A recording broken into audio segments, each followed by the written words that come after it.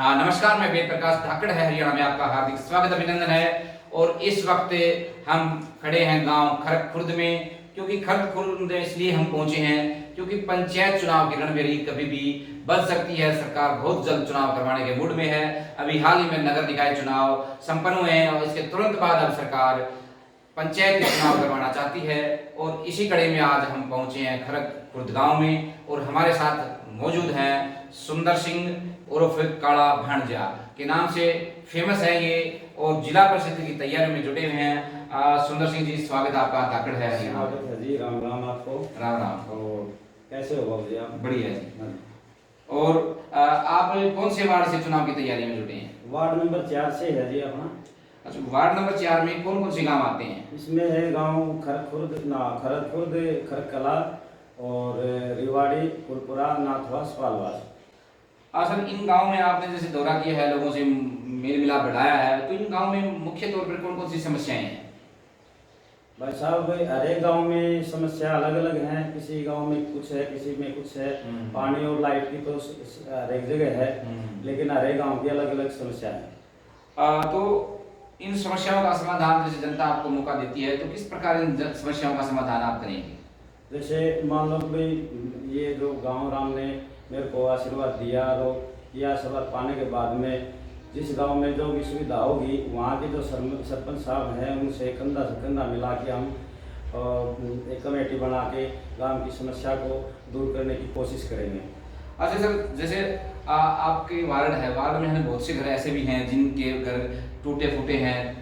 एक घर तो मैंने अभी थोड़ी देर पहले देखा है आपके गांव से, तो उनका घर है ना बिल्कुल डैमेज है, कड़ियाँ भी टूटी हुई हैं, बस कभी भी वो गिर सकता है। तो सरकार की बहुत सी योजनाएं हैं, उनका योजनाओं का उन लोगों तक पहुंच नहीं पाती है, तो क्या करेंगे आप?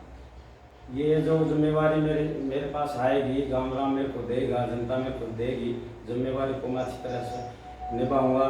और जो मानो तत्व इस समस्या से मान ले वंचित हैं, उनको पता ही नहीं है सुविधा क्या क्या आ रही है, वो उन लोगों के पास जाके उनका समाधान करवाने की कोशिश करेंगे।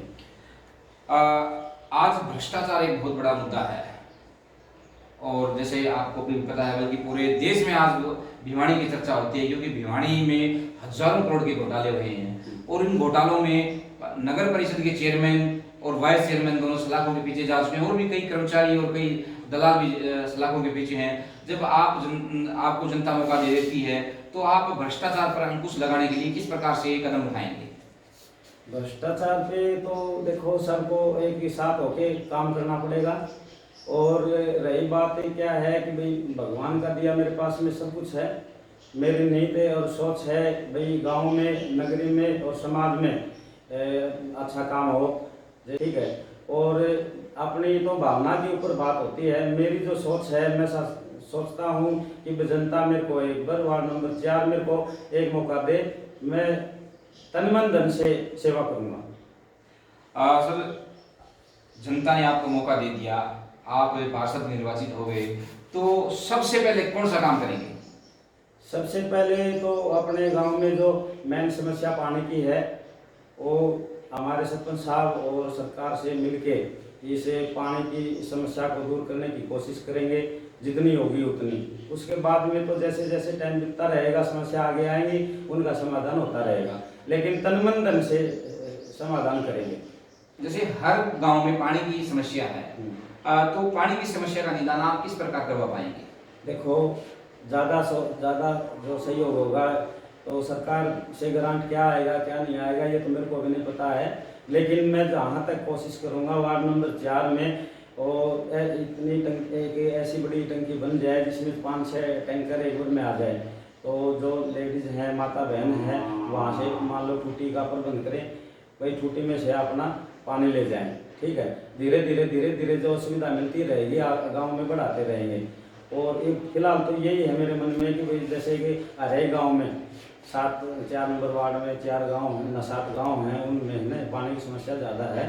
भाई ज़्यादा मैं अकेला तो कुछ नहीं कर सकता, लेकिन जितना ही प्रयास होगा उतना मैं क्या है भाई टंकी बनाएंगे, टंकी में टूटी लग जाएगी, 7-8 टैंकर उस जिसमें टंकी में आ जाए, वहाँ से है ना क्या जरूरत के हिसाब से वहाँ से पानी माता बहन ले जाएं।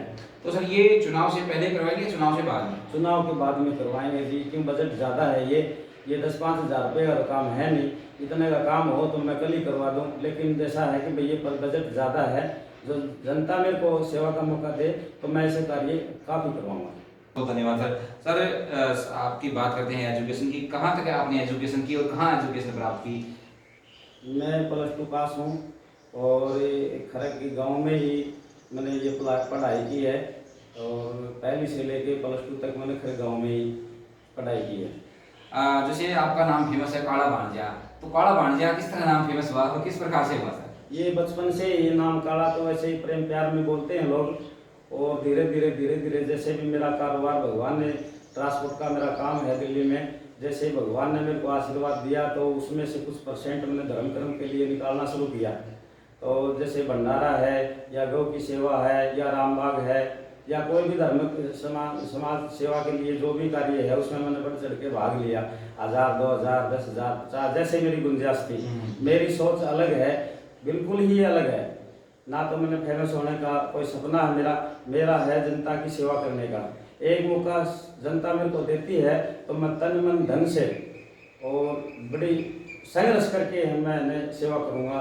ये 4 वार्ड नंबर 4 की। तो सर भांजा किस तरह, आपके मामे हैं या इस गाँव में या इस प्रकार से भांजा? मैं बचपन में ही यहाँ 3 साल का आ गया था, मेरी माता जी एक्सपायर हो गई थी, तो जब से ही मैं यहाँ हूँ। मेरे मामा ने मेरे को बड़ा सहयोग दिया है, नगरी ने मेरे को सहयोग दिया है। आज तक महसूस नहीं होने दिया कि भाई कि मेरे को किसी चीज़ की ज़रूरत है। मैं इतना लाड प्यार से रहा हूँ यहाँ, मेरे से किसी को भी कोई एलर्जी नहीं है, ना कोई द्वेष भावना है, सबसे मिला जुला हुआ हूँ। किसी को ये पता नहीं ये भांजा है कि नहीं है, क्यों सारा बचपन ही यहाँ निकल गया है। ऐसी कोई बात ही नहीं आई कभी, मान ली झगड़ा या द्वेष भावना वाली बात ही नहीं है, तू भांजा है, ये है, वो है, ऐसा कुछ नहीं है। 36 बरादरी में मेरी उठ बैठ है, सबसे मेरी बोलचाल है। जात पात अपने लिए कुछ नहीं है, मैं सबका ही मान लो कि भाई सम्मान करता हूँ। तो कितना प्रेम लोगों का मिल रहा है आपको? बहुत ही, इतना तो प्रेम मेरे ख्याल से किसी को नहीं मिल रहा होगा जो मेरे को इस नगरी में मिल रहा है। सब मेरे को चाहते हैं, मैं सबको चाहता हूँ, मेरा सुख दुख में भी साथ देते हैं लोग। तो जनता आपको इस प्रेम से सरोकार करके आपको जिला पार्षद बना देती है, तो किस प्रकार से उनका ऋण उतारेंगे आप? मैं उनकी सेवा करके ऋण उतारूंगा, क्यों मेरे दिल में ये इच्छा है कि भाई इस नगरी का मान लेकर जो ऋण है, जो मेरा सहयोग किया है, मैं बड़ा खुश हूँ इस बात से कि भाई इस देवभूमि में मेरे को रहने का मौका मिल रहा है। क्यों जति सती का गांव है ये, ऐसा गांव हरियाणा में मेरे ख्याल से नहीं मिलेगा जहां सती जति और गौशाला है। धर्म कर्म बहुत है इस नगरी में, सबकी आस्था अच्छी है, ऐसा गांव हरियाणा में तो नहीं होगा। तो क्या आप संदेश देना चाहते हैं? मैं जनता से अपील करता हूं कि मेरा सहयोग करें, वोटों का मेरे को विजय बनाएं, एक मौका मेरे को ज़रूर दें, मेरी इच्छा है ये। और हाथ जोड़ कर सभी से मैं विनती करता हूं, मैं जीवन में जब तक मेरे सांस हैं, मैं इस नगरी की, इस समाज की और मैं बेइज्जती नहीं होने दूंगा, अच्छा कार्य करूंगा। एक मौका मेरे को ज़रूर दें, मैं सेवा करने की मेरी बहुत अच्छी भावना है, दिल से भावना है। जो मेरे को 4 नंबर वार्ड सेवा का मौका देता है तो मैं उस सेवा को बढ़ चढ़ के कर्म से, धर्म से, ईमानदारी से निभाऊंगा। बहुत बहुत धन्यवाद सर। धन्यवाद। तो ये थे हमारे साथ सुंदर सिंह उर्फ काला भांजा, जो काला भांजा के नाम से बड़े फेमस हैं और वार्ड नंबर 4 से इन्होंने अपनी दावेदारी ठोक दी है और वार्ड नंबर 4 के लोगों की सेवा के लिए हमेशा तत्पर रहेंगे। जनता अगर इनको मौका देती है तो ये किसी भी तरह की कोई वार्ड में अपनी कमी नहीं होने देंगे। सरकार की हर योजनाओं को हर व्यक्ति तक, हर आम आदमी तक, अंतिम छोर तक पहुंचाने का काम करेंगे।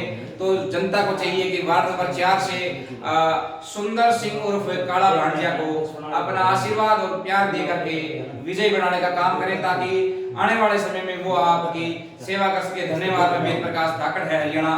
कमेंट सेक्शन में अपनी राय जरूर दें, ये वीडियो आपको कैसा लगा और इस वीडियो को ज्यादा से ज्यादा शेयर करें, ताकि सुंदर सिंह उर्फ काला भांजा का हर नाम, हर गांव, हर घर तक पहुंचे। धन्यवाद।